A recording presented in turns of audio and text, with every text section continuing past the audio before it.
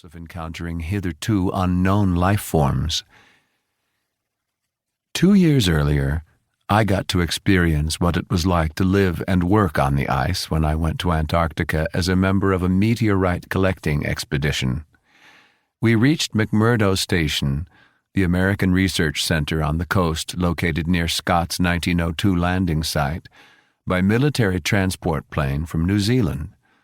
After a week of preparations, packing, and training, we then flew to a seasonal base camp where, 2 by 2, we boarded a twin otter plane on skis for the final leg of our journey. The small aircraft, operated by Canadian bush pilots, dropped us off on a remote ice field just 5 degrees from the pole. That's where 8 of us, 2 women and 6 men, camped out in yellow, pyramid-shaped Scott tents for the next 5 bone-chilling weeks, cut off from the rest of the world except for a satellite telephone and the occasional drop-off of mail and supplies. This being the Antarctic summer, the sun was always up, tracing a counterclockwise circle in the sky every 24 hours. There was no sign of life, human, animal, or plant, to be seen anywhere. Day after day, if the winds were bearable, we went out on snowmobiles or on foot to search the nearby vast ice field and the moraines next to the hills for rocks that had fallen from space. Wrapped in big red parkas, as well as thermal layers, bunny boots, neck warmers, gloves, goggles, balaclavas, and hats, we took care to avoid frostbite and crevasses during our excursions. It was easy to slip and fall on the rock-hard ice and hurt yourself badly. I slid off the ski-doo once, but thankfully the thick parka cushioned my fall. Others on the team also had minor mishaps, but we survived the cold, the tedium, and the isolation without any serious problems. In fact, we enjoyed the stark beauty of the landscape. The views from the tops of rocky peaks were especially magnificent, and found ways to entertain ourselves. By the expedition's end, our team had collected a total of 900 meteorites, which are now available to researchers from around the world for a variety of studies.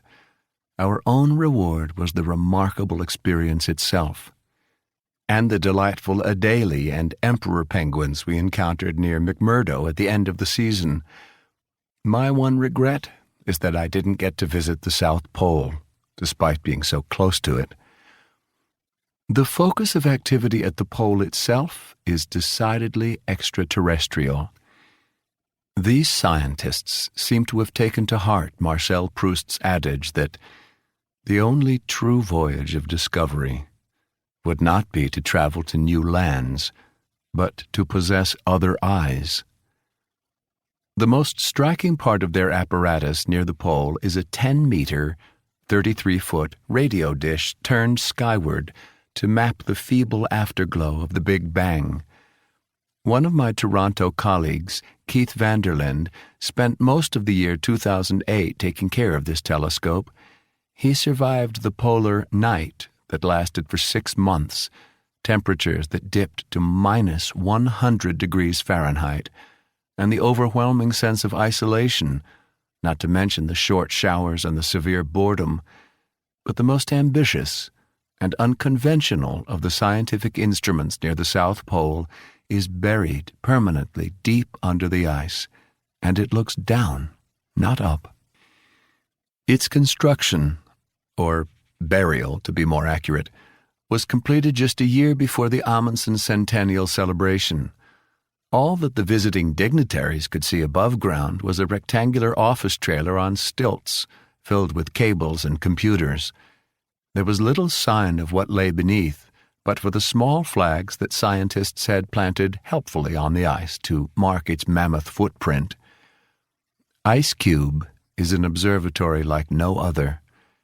The glacial ice itself, transparent and cleared of air bubbles by extreme pressure at depths greater than a mile, serves the same purpose as the smooth primary mirror of a conventional astronomical telescope.